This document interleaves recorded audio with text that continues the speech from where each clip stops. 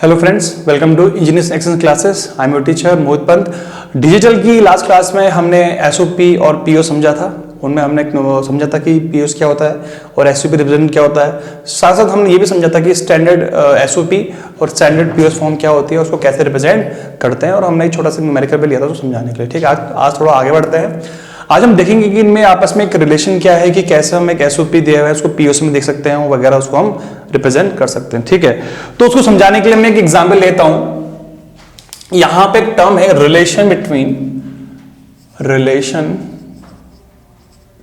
Between SOP and POS form. Relation between SOP and POS form. ठीक है, अच्छा, मेरे पास एक फंक्शन है, लेट्स सपोज फंक्शन है y equal to a plus B bar C.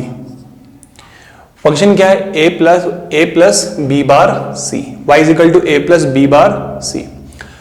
तो अगर मैं बोलूं ये किस रिप्रेजेंटेशन फॉर्म में है, तो आप देखोगे ये प्रोडक्ट हो रहा है, यहां वन मान लेते हैं, ये भी प्रोडक्ट हो रहा है, आपस में क्या हो रहा है?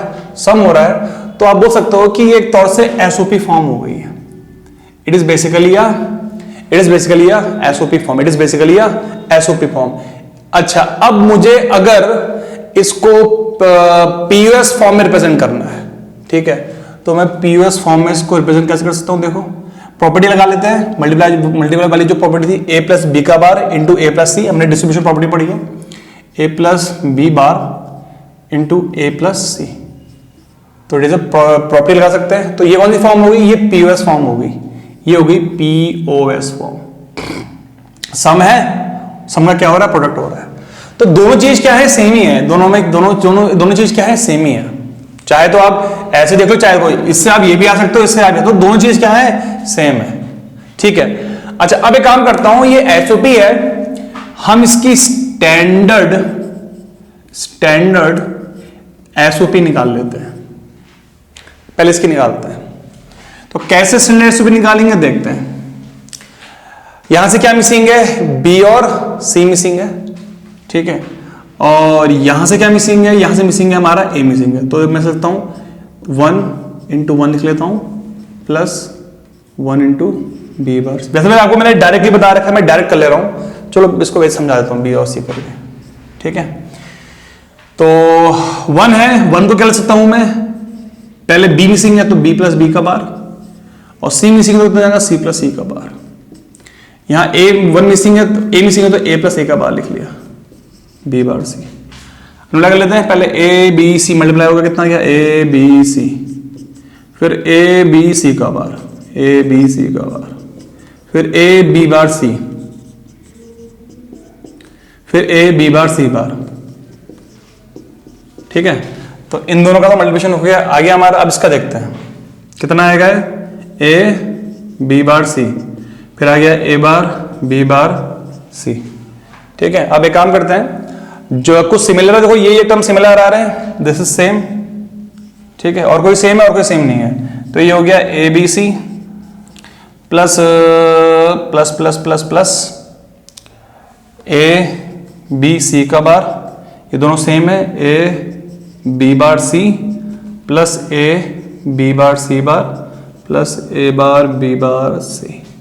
ठीक है, ये हो गया स्टैंडर्ड कौन सी form? This is standard SOP form. ठीक है, अब यहां पे आते हैं, यहां पे हम बनाते हैं स्टैंडर्ड पीओएस फॉर्म। ठीक है, स्टैंडर्ड पीओएस फॉर्म देखते हैं। यहां पे मैं डायरेक्ट लिख रहा हूं। तो यहां से क्या मिसिंग है? सी मिसिंग है, तो एक बार सी बार लगाते हैं, एक बार सी लगाते हैं, एक बार सी का बार लगाते हैं। यहां क्या मिसिंग है? बी, एक बार बी लगाते हैं, एक बार बी का बार लगा देते हैं। ठीक हो गया, टर्म्स बन गए। यहां के टर्म्स आ रहे हैं 1 2 3 4 5, यहां कितना 1 2 3 4 आ रहे हैं। ठीक है, तो मैंने यही एक ही टर्म था, इसको जब एसओपी में लिखा तो इसकी स्टैंडर्ड एसओपी फॉर्म लिख ली, ये आ गई। अब जब ये पीओएस लिखा तो स्टैंडर्ड पीओएस फॉर्म लिखा तो ये आ गई। ठीक है, अब एक काम करते हैं, इसका न्यूमेरल फॉर्म निकालते हैं। तो इसका न्यूमेरल फॉर्म क्या होगा देखते हैं। न्यूमेरल फॉर्म कैसे निकालेंगे? एम, कितना है? ए बी सी, ये 1 1 1 मतलब कितना हो गया? 7 हो गया है। ठीक है, ये ए बी सी, ये ए बी सी का बार, तो 1 1 0, तो ये 1 1 0 कितना हो गया 6 हो गया, ये हो गया 1 0 1 कितना हो गया 5 हो गया, ये हो गया 1 0 0 4 हो गया, ये हो गया 0 0 1 ये 1 हो गया। तो नंबर क्या है मेरे पास 1 4 5 6 7। तो ये है इसकी स्टैंडर्ड पीयूएस फॉर्म, किस फॉर्म में न्यूमरल फॉर्म में। एसओपी है, सम लगा है, एम लगा है, each term is min term, ठीक है। Next we will move to standard POS form. इसमें क्या होगा देखते हैं, इसमें पाई आ जाएगा, पाई इंटू एम। तो ये हो गया वो 0, यहां पे 0 हाई होता है 1 लो होता है, तो ये होगा 0 1 0, ये होगा 0 1 1, ये हो गया 0 0 0, ये हो गया 0 1 0। तो ये बन गया 2, ये 2 हो गया, देखो ये 2 हो गया, ठीक है। और ये हो गया कितना 3 हो गया, और ये कितना हो गया 0। तो नंबर मेरे पास कितने हो गए 0 2 3, 0 2 3 हो गया, ठीक है। 0 2 3 आ गया। तो ये हो गई इस चीज की standard POS form numeral form में। तो देखो यहां से एक बात गौर करने की है, जब मैंने इसका स्टैंडर्ड एसओपी फॉर्म लिखा इसी चीज का न्यूमरल फॉर्म में, इसी जब मैंने स्टैंडर्ड एसओपी फॉर्म लिखा न्यूमरल फॉर्म में, तो कितना है 1 4 5 6। इसी इसका जब मैंने स्टैंडर्ड पीयूएस फॉर्म का न्यूमरल फॉर्म, तो कितना है 0 2 3। अब देखोगे जो नंबर यहां नहीं आ रहे हैं वो नंबर यहां आ रहे हैं, और जो नंबर यहां नहीं आ रहे वो नंबर यहां आ रहे हैं। मतलब क्या, ये स्टैंडर्ड किसी भी चीज का अगर आप स्टैंडर्ड एसओपी फॉर्म लिखते हो, आप किसी भी एक चीज के जब स्टैंडर्ड एसओपी फॉर्म लिखते हो, अगर आपको उसका स्टैंडर्ड पीयूएस फॉर्म लिखना है तो आप उसका कॉम्प्लीमेंट ले लो। कॉम्प्लीमेंट इन द सेंस ये होता है जो नंबर उसमें नहीं आ रहे हैं वो नंबर आपके पीयूएस फॉर्म में आ रहे होंगे। जैसे कि मेरे पास नंबर क्या है 1 4 5 6, अगर मुझे इसका एसओपी स्टैंडर्ड पीयूएस फॉर्म लिखना है न्यूमरल फॉर्म में, तो कौन से नंबर नहीं आ रहे हैं 0 2 3, इसका आंसर होगा 0 2 3। क्वेश्चन मेरा क्या हो जाएगा सॉल्व हो जाएगा। तो ये था relation between SOP and PUS, ठीक है। मैं इसको थोड़ा ऊपर से एक बार रब कर रहा हूं, ये समझाने के लिए था, ठीक है। तो यहां से देखो एक बात निकल के आई है, यहां से एक बात निकल के आई है, बात निकल के वो ये आई है कि जो अगर आपको standard SOP form PUS form निकालना है तो आप क्या कर सकते हो, कॉम्प्लीमेंट ले लो। आप कॉम्प्लीमेंट ले लोगे स्टैंडर्ड एसओपी का। अगर आपको स्टैंडर्ड एसओपी फॉर्म निकालना है तो आप क्या ले लोगे, इसका कॉम्प्लीमेंट ले लोगे। तो ये एक दूसरे का क्या होता है, कॉम्प्लीमेंट होते हैं। स्टैंडर्ड एसओपी फॉर्म एक दूसरे का कॉम्प्लीमेंट होते हैं। एग्जाम्पल के तौर पे देखो, जब ये सम एम था 1 4 5 6 7, तो यहां पे जो मिसिंग है वो यहां कितने आएंगे, यहां पे पाई एम 0 2 3 हो गया।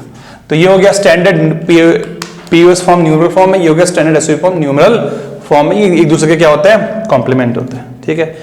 यहां से हमने ये निकाला। अच्छा एक चीज और है, वो चीज क्या है, जब हम इसका मिनिमाइज, अच्छा इसका जब मिनिमाइज फॉर्म ये है, देखो जो ये था ना, अगर हम इसको सॉल्व करेंगे मिनिमाइज, तो ये मिनिमाइज फॉर्म यही आएगा, कितना आएगा a + b * c आएगा। तो जो मिनिमाइज फॉर्म ऑफ एसओपी है, minimise form of SOP is same as minimise form of POS. मतलब क्या, आप मेरे पास स्टैंडर्ड एसओपी फॉर्म है और स्टैंडर्ड पीयूएस फॉर्म है, ठीक है। दोनों ही स्टैंडर्ड फॉर्म में है। जब आप दोनों स्टैंडर्ड फॉर्म को मिनिमाइज करोगे, ये एक ही फंक्शन के दो फॉर्म है। एक ही फंक्शन को मैंने स्टैंडर्ड एसओपी में लिखा, फिर एक ही फंक्शन को मैंने स्टैंडर्ड पीयूएस में लिखा, दोनों स्टैंडर्ड थे। जब लेकिन मैंने दोनों को मिनिमाइज करा तो दोनों का आंसर क्या आता है, सेम ही आएगा। आप ये लिखो या ये लिखो, बात क्या है, सेम है। समझ में आया ना। तो आप सकते हो मिनिमाइज फॉर्म अगर आप एसओपी से निकालोगे या मिनिमाइज फॉर्म ऑफ पीयूएस से निकालोगे, दोनों क्या आएंगे, सेम आएंगे, ठीक है। आप कहीं कहीं एग्जाम के तौर पे इसको ऐसे भी लिख सकते हो, minimise form of SOP is equal to minimise form of POS का डबल कॉम्प्लीमेंट। डबल कॉम्प्लीमेंट में बात सेम ही होती है, ठीक है ना। अगर आपको मिनिमाइज पीओएस फॉर्म गिवन है और आपको मिनिमाइज एसओपी फॉर्म निकालना है डायरेक्टली, तो आप क्या कर लो, उसका डबल कॉम्प्लीमेंट कर लो। डबल कॉम्प्लीमेंट सेम चीज तो होती है, अगर हम किसी चीज का डबल कॉम्प्लीमेंट कर लें तो वो चीज तुम्हारी क्या आएगी, सेम ही आएगी। तो या तो मैं ऐसे लिख लूं, ठीक है, समझाने तो ये ठीक है, बट अगर आपको वैसे न्यूमेरिकल फॉर्म में सॉल्व करना होता है तो आप क्या लिखोगे, minimize form of SOP same as minifying form of POS लिख सकते हो। और आप ये भी लिख सकते हो, minimise form of POS is equal to minimise form of SOP का डबल कॉम्प्लीमेंट। दोनों चीज सेम ही है, डबल कॉम्प्लीमेंट मतलब दोनों चीज सेम ही आएंगी। तो ये तीन चीज मैंने आपको बताई, ये और ये। एक तो ये बताई मैंने आपको फर्स्ट, सेकंड ये बताई, थर्ड ये बताई, फोर्थ ये बताई। अगर आपको ये चार चीजें पता है, आपके लिए कभी किसी भी क्वेश्चन में एसओपी और पीओएस फॉर्म में कभी कोई दिक्कत नहीं आएगी। आपको एग्जाम में क्वेश्चन गिवन होगा, बोलेगा आपको एक स्टैंडर्ड एसओपी फॉर्म गिवन है न्यूमरल फॉर्म में, आप उसका स्टैंडर्ड पीओएस फॉर्म निकालो न्यूमरल फॉर्म में। आप क्या करोगे, जो नंबर उसमें नहीं आ रहे हैं पहले देख लो कितने वेरिएबल का है, 3 वेरिएबल का, तो मैक्सिमम नंबर कितना होगा, 7 होगा। तो जैसे यहाँ 1 4 5 6 7 आया तो बचा क्या, 0 2 3 उसमें आ जाएगा। अगर यहाँ 0 2 2 3 होता तो बचा वो जो नंबर थे वो हमारे उसमें आ जाएंगे, ठीक है। और लेकिन जब आप उससे सॉल्व करोगे, दोनों को आप एसओपी वाले को सॉल्व करोगे या पीओएस वाले सॉल्व करोगे, तो जो उनका मिनिमाइज फॉर्म आएगा वो क्या आएगा, सेम आएगा, ठीक है। अब वो थोड़ा बहुत सेम का मतलब ऐसा होता है कि देखो ऐसा आएगा। अब आप बोलोगे कि यार ये तो दोनों अंतर है, एक्चुअली हुआ क्या, ये यही चीज है। अगर आप इसको सॉल्व करोगे तो यही आएगा, इसको सॉल्व करोगे तो ये आएगा। जब आप इसको एक प्रॉपर्टी लगा दो तो ये चीज दोनों सेम ही है, ठीक है ना। अगर आपको इससे ये निकालना है, डायरेक्टली निकालना है, वैसे तो ये दोनों चीज सेम है, इसलिए मैंने लिखा कि मिनिमाइज फॉर्म दोनों सेम होती है। लेकिन अगर आपको डायरेक्टली इससे निकालना है, आपको कुछ नहीं करना है, आपके ले लेना इसका डबल कॉम्प्लीमेंट ले लेना। 2 बार कॉम्प्लीमेंट ले लो, आंसर यही आएगा। कोई दिक्कत, एक बार कॉम्प्लीमेंट लोगे, 2 बार कॉम्प्लीमेंट सॉल्व करोगे तो आंसर यही आएगा। इसका 2 बार कॉम्प्लीमेंट लोगे तो आंसर क्या आएगा, यही आएगा, ठीक है ना।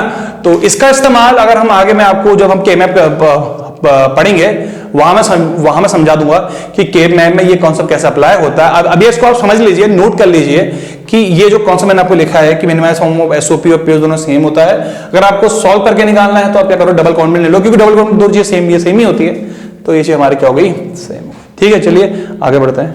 अभी हमने क्या बोलते हैं, एसओपी और पीओएस फॉर्म में रिलेशन देखा कि उनका मिनिमाइज फॉर्म और उस फॉर्म में क्या रिलेशन होता है। साथ देखा कि हमने कि एसओपी फॉर्म जो स्टैंडर्ड एसओपी होते हैं वो एक दूसरे का क्या होता है, कॉम्प्लीमेंट होता है। उनका मिनिमाइज फॉर्म सेम ही होता है। अगर आपको सॉल्व करना है तो आप डबल कॉम्प्लीमेंट ले लो या वैसे आप लिख सकते हो, ठीक है। अब हम थोड़ा पढ़ेंगे वेन डायग्राम के बारे में। हम थोड़ा पढ़ते हैं वेन डायग्राम। वेन डायग्राम ये शायद आपने पहले भी कभी टॉपिक देखे होंगे, मैथ्स क्लास में टॉपिक होते हैं। डिजिटल में वेन डायग्राम के क्वेश्चंस काफी आते हैं, एक नंबर के क्वेश्चन बहुत सारे जेईई और एग्जाम में आते हैं। इन क्वेश्चन को बहुत सॉल्व करना आता है, मतलब सिंपल ही होता है। ये 2 फॉर्म में बनते हैं, एक बनता है हमारा 2 वेरिएबल में और एक बनता है 3 वेरिएबल में। तो मैं आपको दोनों समझा देता हूँ, यहाँ पे 1 वेरिएबल में और 3 वेरिएबल में, ठीक है। पहले है 2 वेरिएबल का। 2 वेरिएबल कौन कौन से हो सकते हैं, 2 वेरिएबल हो गए हमारे ए और बी, ठीक है।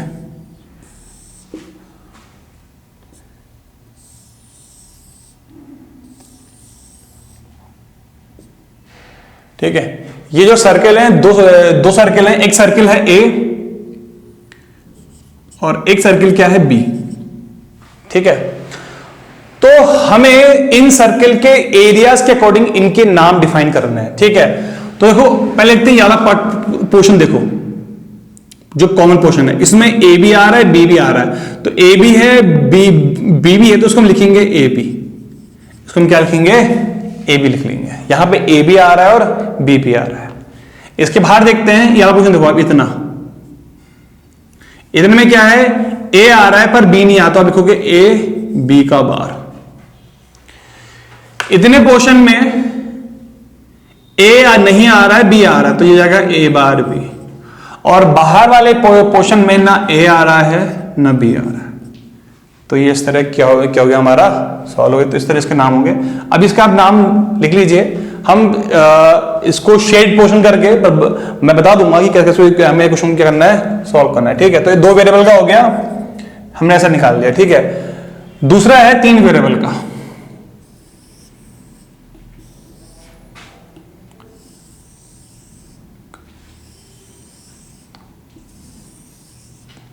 इसमें 3 सर्किल हो गए, एक हो गया ए, एक बी और एक सी सर्कल। ठीक है, सबसे पहले वाला पोर्शन देखते हो। ये वाला पोर्शन देखो, इस पोर्शन में क्या हो रहा है, ए भी आ रहा है, बी भी आ रहा है, सी भी आ रहा है, तो उसका नाम हो गया ए बी सी। इससे ऊपर वाले पोर्शन में ए आ रहा है, बी आ रहा है, पर सी नहीं आ जाएगा, ए बी सी, जो नहीं आ रहा उसका बार लगा दो। इस पोर्शन में बी आ रहा है, सी आ रहा है, बट ए नहीं आ रहा है, ए बी सी। इस पोर्शन में ए आ रहा है, सी आ रहा है, बी नहीं आ रहा है, तो ए बी बार सी। इस पोर्शन में बी आ रहा है, ए और सी नहीं आ रहा है, ए बार बी सी का बार। इस पोर्शन में सिर्फ ए आ रहा है, बी नहीं आ रहा है, सी नहीं आ रहा है। इस पोर्शन में ए नहीं आ रहा है, बी नहीं आ रहा है, सी आ रहा है। और बाहर वाले पोर्शन में ना ए आ रहा है, ना बी आ रहा है, ना सी आ रहा है। ठीक है, तो इस तरह से हम इनके पोर्शन को क्या कर देते हैं, डिफाइन कर सकते हैं। ठीक है ना, तो इस तरह हो गया। अब न्यूमेरिकल कैसे बनेंगे इसको हम देख लेते हैं। जैसे कि क्वेश्चन ले लिया मैंने ले लिया, 2 वेरिएबल का ले लिया। हो सकता है कई बार एक्स वाई हो, वाई एक्स हो, उसको हम देख सकते हैं। ठीक है, तो मान लेते हैं मैंने क्वेश्चन बनाया ऐसे ऐसे।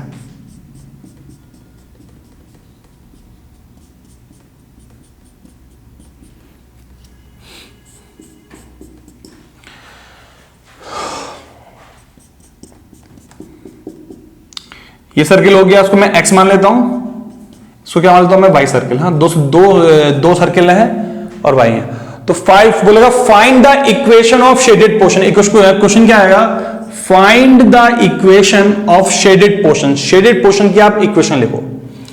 देखो पहले हम बीच की लिखेंगे। बीच वाले पोर्शन में क्या, एक्स भी आ रहा है, वाई भी आ रहा है, तो ये हो जाएगा एक्स इंटू वाई।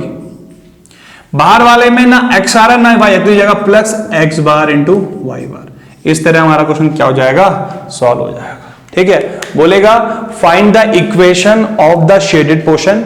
तो शेडेड पोर्शन आपको मेंशन होगा, आपको शेडेड पोर्शन देखना है और उस इक्वेशन को आपको क्या करना है, लिखना है, नोट करना है। ठीक है, अब हम इसमें देखते हैं, 3 वेरिएबल उठा लेते हैं।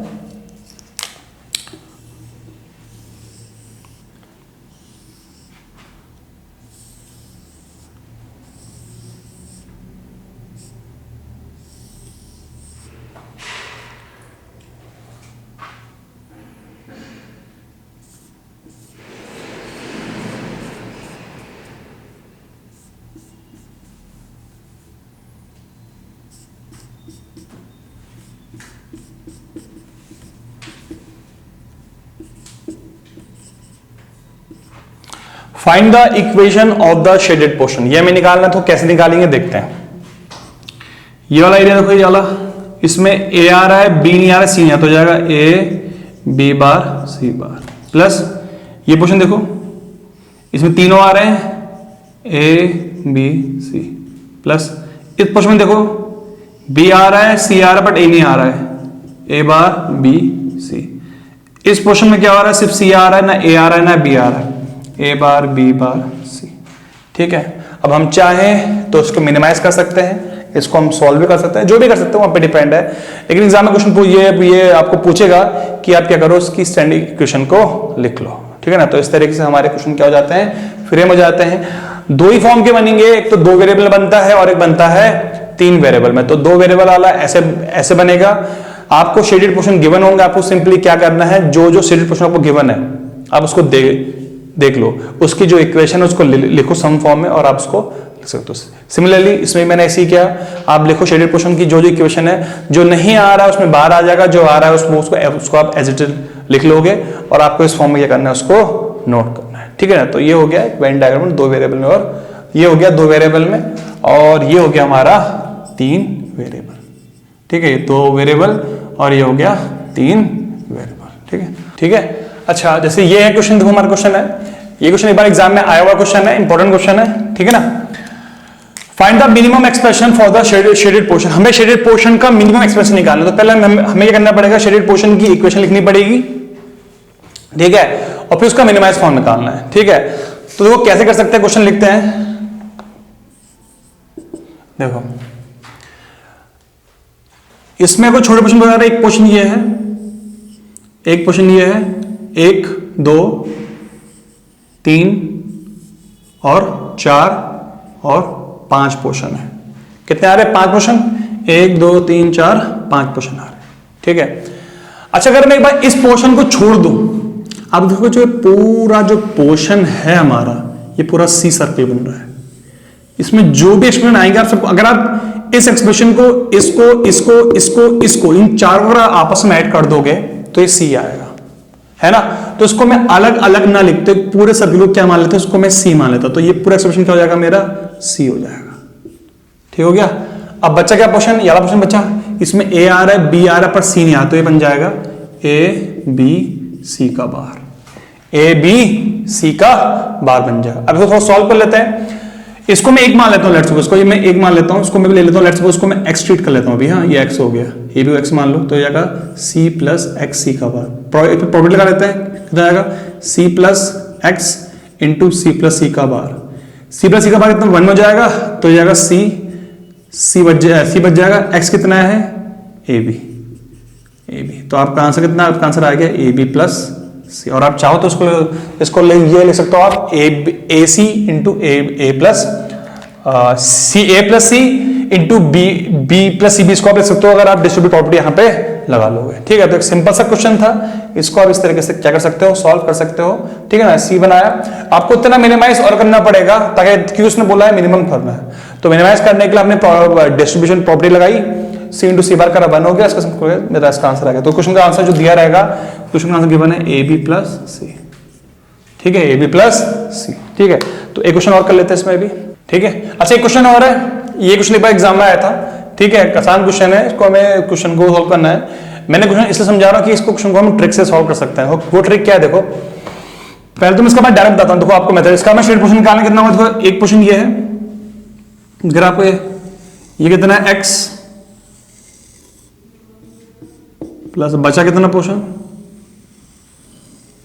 बच गया x bar into Y.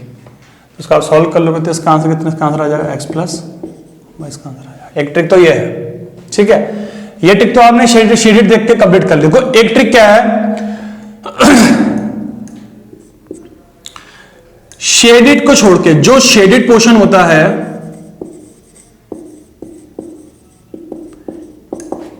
Is equal to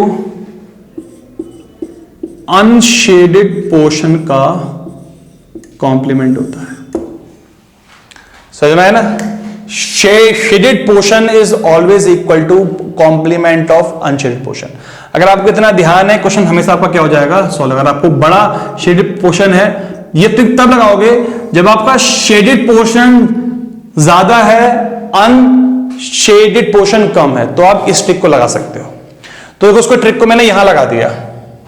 shaded portion निकालना है, अनशेडेड पोर्शन कितना है, बाहर वाला कितना है, एक्स बार इंटू वाई बार। लगाओ एक्स बार वाई बार का कॉम्प्लीमेंट ले लो, कितना आंसर आएगा, एक्स प्लस वाई। वही आंसर हमारा क्या, ये क्या क्वेश्चन हमारा ऐसे क्या हो गया, सॉल्व हो गया। ठीक है, एक क्वेश्चन और उठा लेते हैं। ऐसे क्वेश्चन में क्या था, shaded portion is equal to कितना है, अनशेडेड पोर्शन का कॉम्प्लीमेंट। एक क्वेश्चन और उठा लेते हैं, जैसे 3 ले लिए मैंने, 1 2 और 3, ये मैंने बॉक्स में भर लिए थे तीनों। तो ये है ए बी सी, सबका कॉम्प्लीमेंट है।